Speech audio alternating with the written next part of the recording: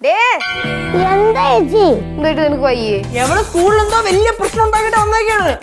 ചില നേരത്ത് ഇതിന്റെ ഒന്നും സ്വഭാവം എനിക്ക് തീരെ പിടിക്കുന്നില്ല. ഇനിയിപ്പോ സ്കൂളിൽ പോയിട്ട് അവളുടെ ടീച്ചറിനെ വാലിക്കണം ഞാൻ കേൾക്കണോ? ചുമ്മാ കാര്യം അറിയാതെ പറയല്ലേ, ഇതൊന്നും അല്ല പ്രശ്നം.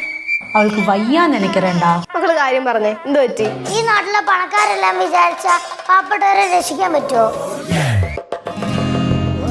ഉപ്പും മുളകും ഇന്ന് വൈകുന്നേരം 6:30 ഫ്ലവേഴ്സ്. ലച്ചുവിന്റെ പിന്നെ കേശുവിന്റെ ഒക്കെ പ്രശ്നത്തിന് ശേഷം ഇപ്പം പാറുകുട്ടിയുടെ പ്രശ്നമാണ് വന്നേക്കുന്നത്.